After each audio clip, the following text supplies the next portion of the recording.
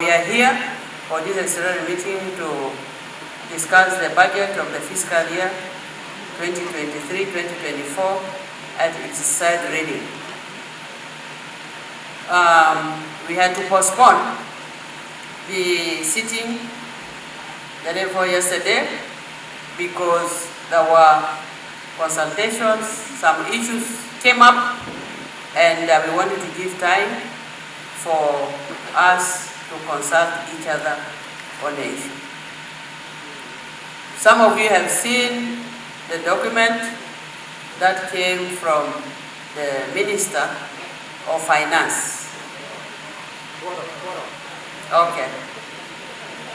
Sorry, but you can even see for yourself there is enough quorum.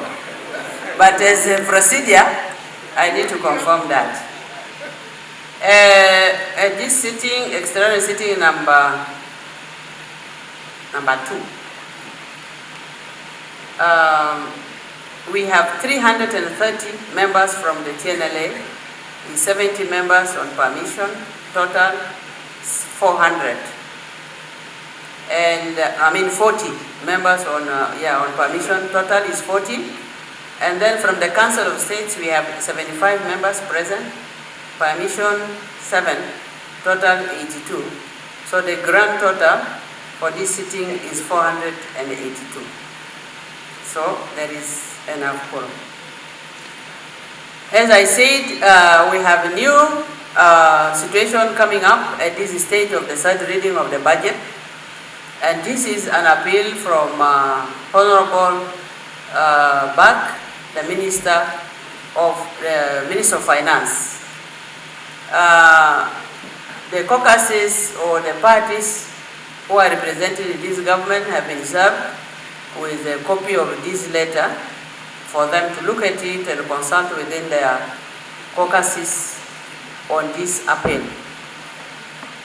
So the appeal was addressed to the Speaker as the head of the institution so that it is conveyed to you and to the House.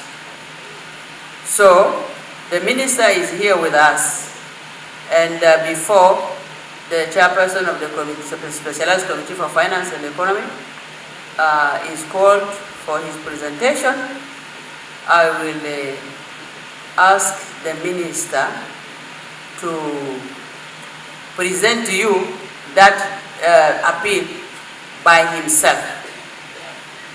As you all know, we have gone very far in this process, and the main concern has been the increase of the salaries of the civil servants, the army, and the other organized forces, which came from the cabinet initially as an increment of 400%. The members of the August House had another opinion that they needed to increase the salary, and this process has gone on to increase the salary from what came from there based on the guidance of the former minister. So now that there was a change in the middle of the budget process, a new minister came in, and he has also sat with his technical team to look at that proposed budget.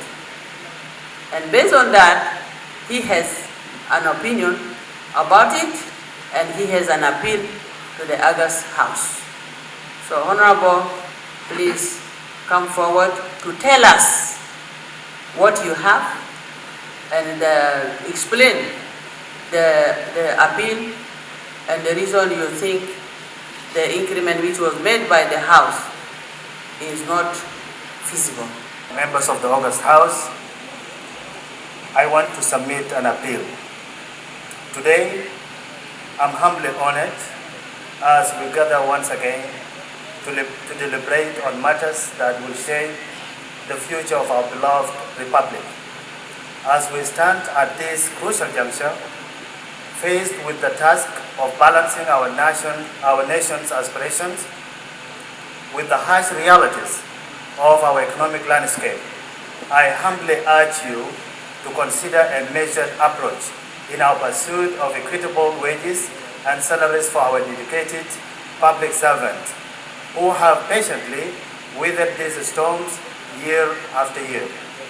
The proposed budget has suggested 600% increase in wages and salaries for the fiscal year 2023-2024 budget, a figure that undoubtedly reflects our deep respect and appreciation for unwavering commitment of our workforce. However, let us not forget the fragility of our current economic circumstances. The echoes of austerity measures and financial constraints ring through our nation, including crises in the region, as we strive to harness every available resource to meet our developmental goals. We must also acknowledge the potential ramification of such a significant increase. An abrupt rise of this magnitude could act as a catalyst for inflation, destabilizing the very economic foundation we are working tirelessly to strengthen. As stewards of our nation's prosperity, it is our collective duty to safeguard its financial stability, even if it means making difficult decisions like what we are doing today. Furthermore, let us remember that sustainability is the cornerstone of any budgetary plan. While the initial proposed budget carries grand ambition, it is essential to recognize that we have not yet met in its entirety. As we move forward, it is important that we consider the holistic impact of our decisions on the well-being of our citizens and the stability of our country and the economy. We must be prudent in our approach to ensure that our decisions today not only compromise the progress we seek to achieve tomorrow. A 400% rise in wages and salaries, while representing a significant boost for our dedicated employees, embodies a responsible and prudent approach. It acknowledges the pressing need to uplift our workforce while actually remaining mindful of the limited resources at our disposal. Incremental progress should be our guiding principle. This approach will allow us to continue vital investments in crucial sectors such as health, education, agriculture, infrastructure, and investments that are paramount to securing a brighter future for the citizens and the coming generation. Let us not falter in our commitment to progress, nor undermine the aspirations of our nation. By embracing a 400% rise in wages and salaries, we strike a harmonious chord between honoring our workforce and also safeguarding our nation's physical ability. This considered decision will send a powerful message to our international partners and investors, reinforcing our commitment to responsible governance. And in the face of challenges, it will also allow us to implement the reforms we intend to undertake, such as providing essential goods, subsidizing food, and provision of incentives and allowances for our workforce. In this vital moment, I beseech each esteemed member of this august House to look beyond the immediate horizon and consider the long-term sustainability of our nation's growth. Our unity in making this prudent choice will not only demonstrate our resilience, but also demonstrate the parties to RSS are wholeheartedly committed to implementation of the peace agreement and united in one voice to advance our economy.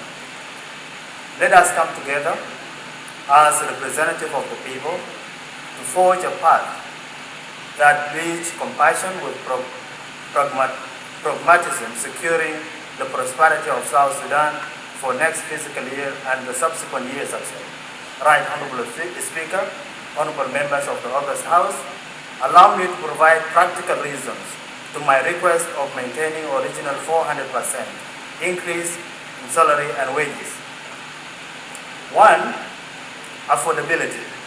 This is the only amount that can be managed by the government in terms of ability to regularly pay salaries monthly. Two, investing in key economic sectors. It is important to invest in key economic sectors that can reduce prices of food items in the country. Number three, inflation. I have mentioned this before. But let me emphasize, I would like to emphasize that this House should be mindful about the consequences rise of the salaries, because that will increase the money supply, and that definitely will increase the exchange rate in the exchange rate market, and the value of our currency will automatically go down, and that will even not help us in the rise of the salaries. Number 4, the market price volatilities. It is evident that increase in salaries and wages is not a solution actually, because that will also increase the other volatilities in the market. Improvement on non-oil revenues, collection that we have agreed upon, we have taken upon ourselves as the ministry to stabilize and make reforms in the non-oil revenues. But while we are doing the reforms in non-oil revenues, and also even proceeding further with the transitional financial arrangement with Khartoum, we need time, and that time is not long.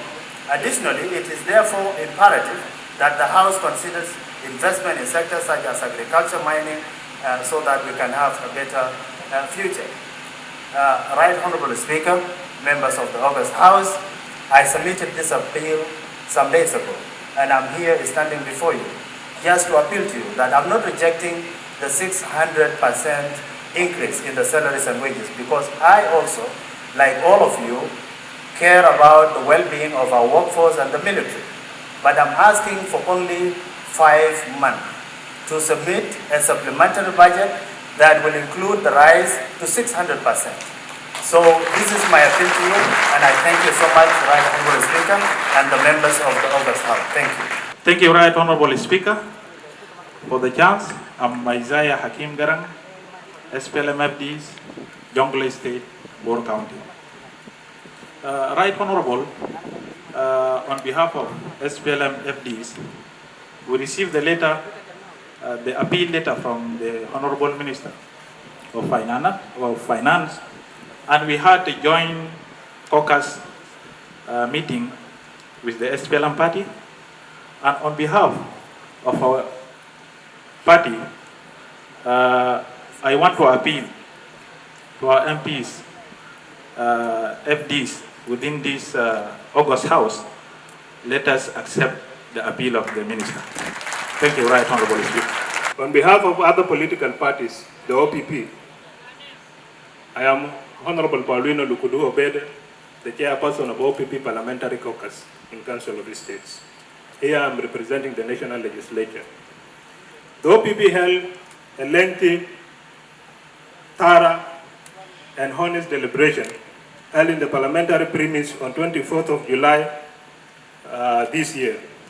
And in that honest deliberation, the OPP is still maintain its position in spearheading the well-being of the general public and that of the civil servants and organized forces, and the needed financial reforms that are needed as service delivery channels. Cognizant on the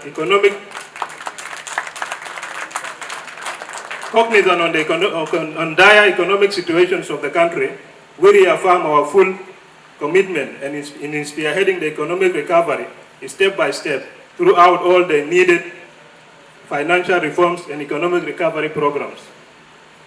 In considering the recent current delay of passing of the 2023-2024 fiscal year budget, we are dismayed on the arising stagnant points. Therefore, the OPP appreciates the parties to the RRCs for the proposed 400% salaries increment, but we are demanding the National Ministry of Finance and Economic Planning to table a supplementary budget bearing elections-related activities and additional increment of salaries for civil servants and organized forces by 600% to meet the skyrocketing prices in the market and timely conduct of elections. The Ministry of Finance must redouble its efforts to ensure that salaries are paid on time.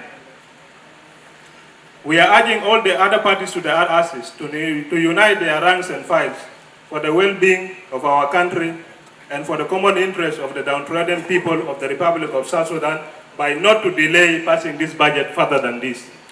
Therefore, OPP will still maintain its position that if the Minister of Finance wanted to win the trust of OPP in this August House, make sure that in next supplementary budget, it must be a 600% salaries increment and election-related activities, and to ensure that the budget and the salaries and wages are paid on time. Thank you very much.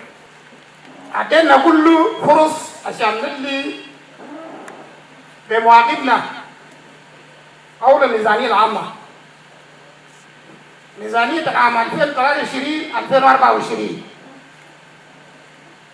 وبعد مناقشات عميقة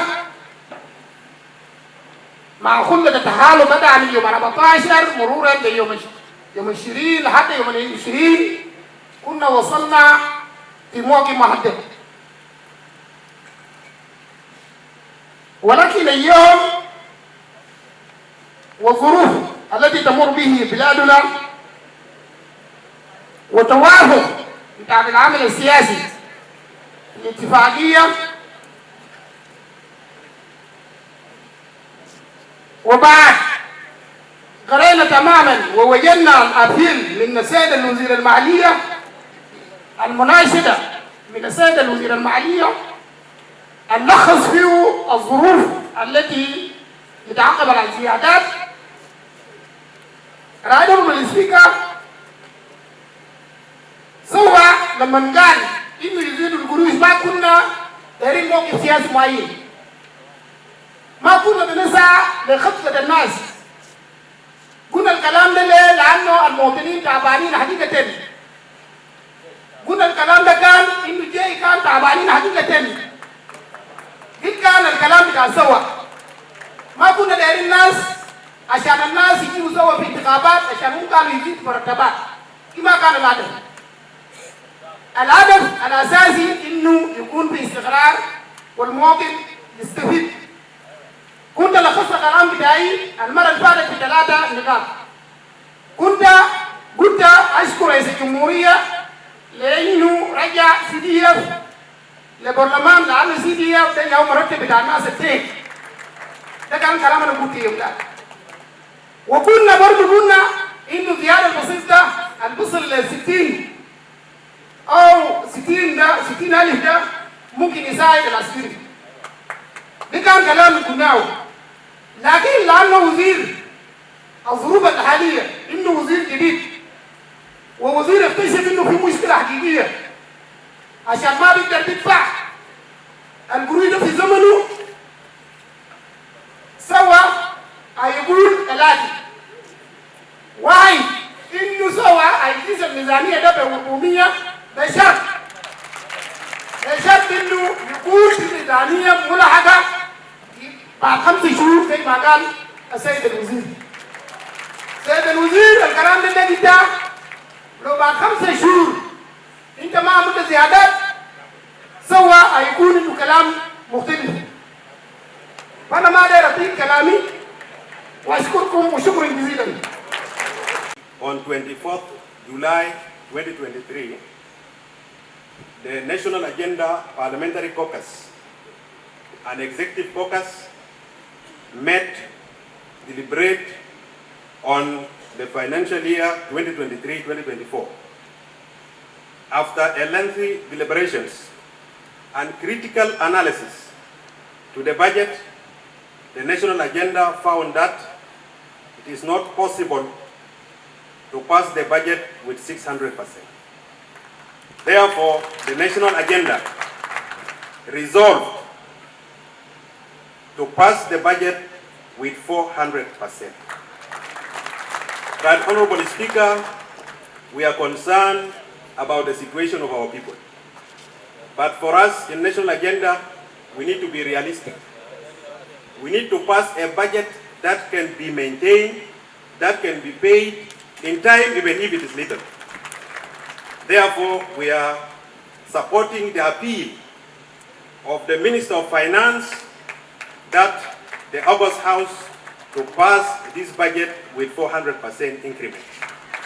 And as political parties to the agreement, we are saying the end of first quarter of the 2023-2024 budget, the minister should be honestly table a supplementary budget before this August House, so that we can address the increment and we can address the issues concerning the implementation of this agreement. I'm from here thanking my caucus for standing with the 400% and also standing with our people. Also urging my colleagues that we are here to do something that, even if it is little, our people can benefit from it. Thank you, Right Honorable Speaker. I raise my case. My name is Farouk Gatkov Kam. I'm the opposition chief whip. And I owe, of course, as it was announced. Honorable Speaker, I rise in terms of Regulation 71(1)(a) that allows me to raise a point of privilege and the matter at hand. The report of the Honorable Chairperson of Economic Cluster and Committee of Finance and Planning for the fiscal year 23-24 budget on its third reading. I observe that the report presented today is not, although it has not been presented, but we know because it has not been availed to us. But I know that the report which is going to be presented today will not definitely be the same report that we had hoped to be presented in the third reading.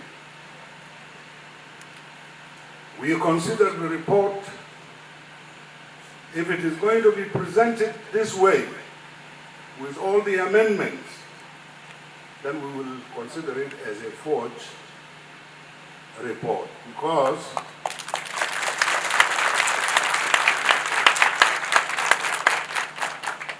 honorable members, it has never happened in any way in all the parliaments of the world that when a budget or a bill is being read or being done with in its third reading, and then all of a sudden something comes from outside the August House, be it from the minister or whoever. This is unprocedural.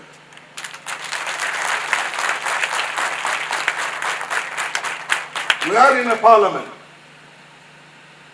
and our fellow ministers here have done their job in this budget, and it was ascended to us and passed to us. Their mission is over. Our mission is us. It's we who will scrutinize the budget. It is who we will make the amendments and all, name it, in all the readings, starting from first reading to second reading, until a resolution is passed to the third reading. I would be surprised that in the third reading, the IO stands firm for the first report.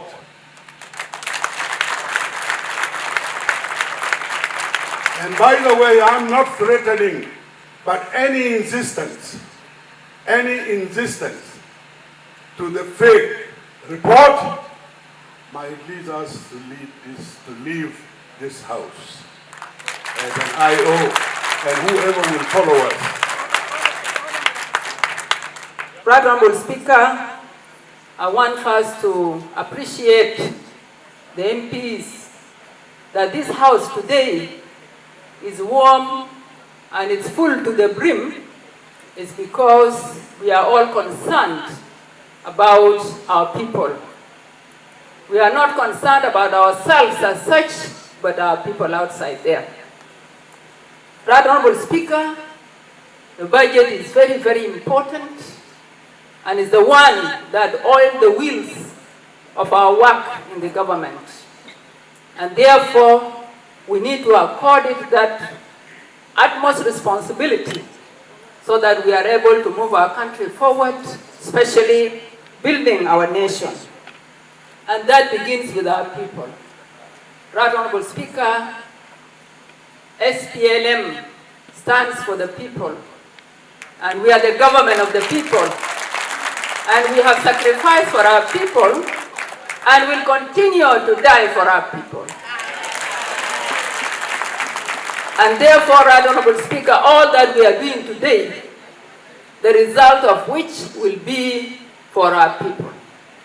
The civil servants, the organized forces, the army, and even the people in the rural areas, all the grassroots.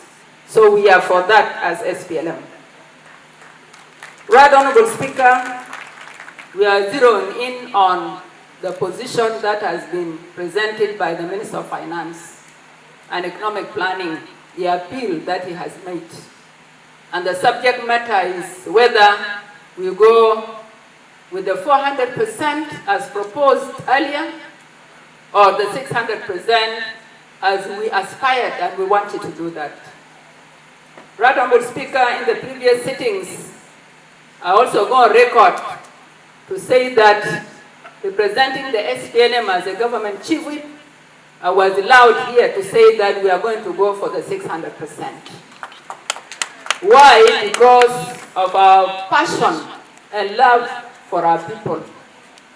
Now that there has been change and the new minister has come in, we are not saying that the previous minister had done wrong. But today we have the new minister on the chair, and he has sat and studied the situation. And he has served us with information which we absorbed based on his written appeal. And I'm happy to report here, Right Honorable Speaker, that we shared that appeal, all of us here. And therefore we are clear of the situation that we have. Now that we have been told the challenges ranging from the fear of inflation in the market in case we go for the 600%. And it doesn't need an economic guru to tell us that. It is us, common sense, to understand that once there is a jump of a rise from 400% to 600%, that quickly, then it's going to affect the market. So I believe we understand that, and it's good to have precautions as we have been made to understand by the minister. Right Honorable Speaker, other areas that we thought also would have helped us to increase the budget, especially the wage bills and the salaries, have turned out to be very difficult. And therefore we thought it's good to listen to what has been proposed as 400%. I would want us to trust what the Minister of Finance has told us. Right Honorable Speaker, it is said in Arabic, Al-Mawaqif Rijal, and I want to say Al-Mawaqif Rijal Nuswan, Kulana. And therefore, if our fear is what we are going to tell the public outside there, I think we have to face it. We have to face it, be bold, and use logic and argument and inform our people that this is the situation we are in. So, this is the position the SPLM is in, that we have to face our people, we talk with them, let them understand the situation, because I believe if today we go for that unsustainable position, when the market rises outside there, tomorrow it will be turned against us that we have cheated our people. Right Honorable Speaker, we don't want figures on paper that are not on the ground. And if, as the minister told us, he will work very hard within 5 months, we stand as SPLM to say let us all support the minister, but also as oversight, the parliament is an oversight, we all take that responsibility to follow the minister and also support him so that he can go beyond that is happening now. The strategies that he's telling us have to be implemented. And this is what we would want to commit the minister to, and I believe all of us, the chief whips and the whips, will definitely, by consensus, agree that let us encourage the improvement in our economy, and then we will have a gradual increment of salaries to our people. Right Honorable Speaker, without explaining too much, today, assuming any emergency comes in, as Parliament, even if we have done the right procedure, I believe laws can be bent at some point when situations are very difficult. And today I believe the claims about bending the law or going outside is because we understand that a sustainable salary every month is better than an inflated salary which will not be received by our people.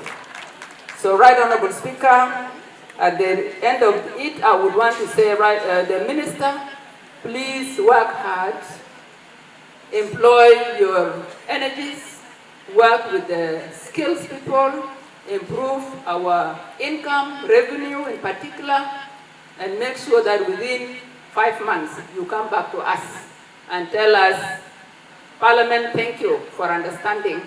This is what I'm going to do to our people, and that will clean our faces from the people outside there.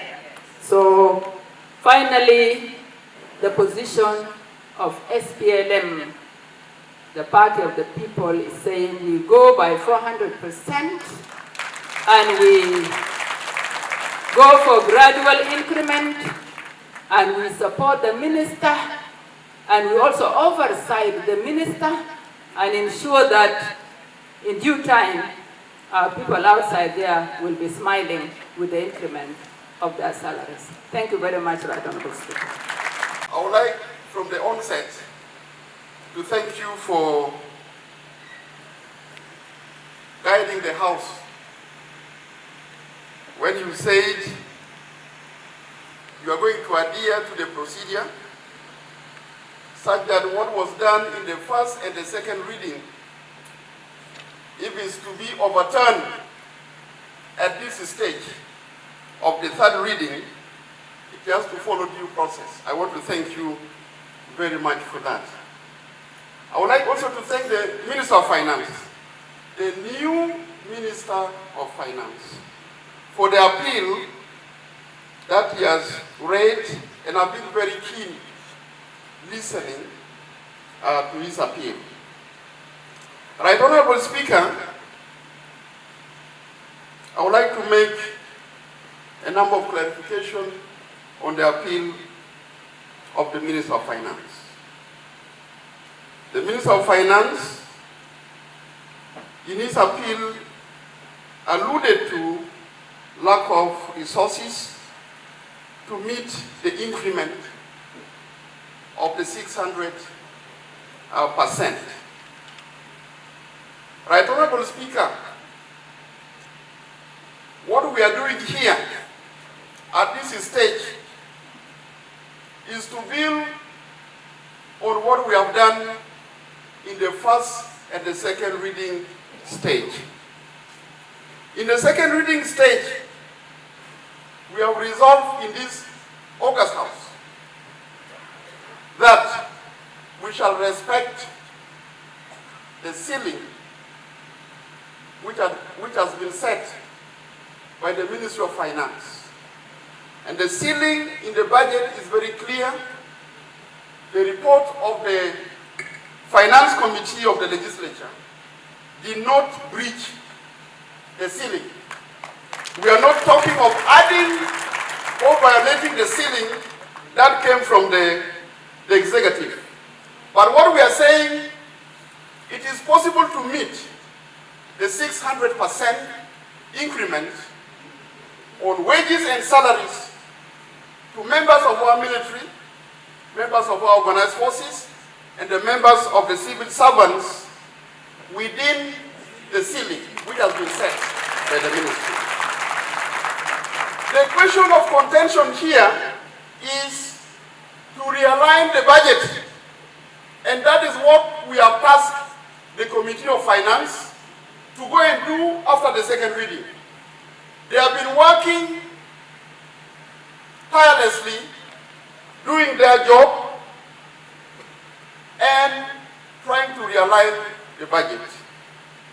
But unfortunately, today we are faced with a different scenario altogether, which I cannot actually describe in parliamentary terms. Second, the idea that the budget, Point of order.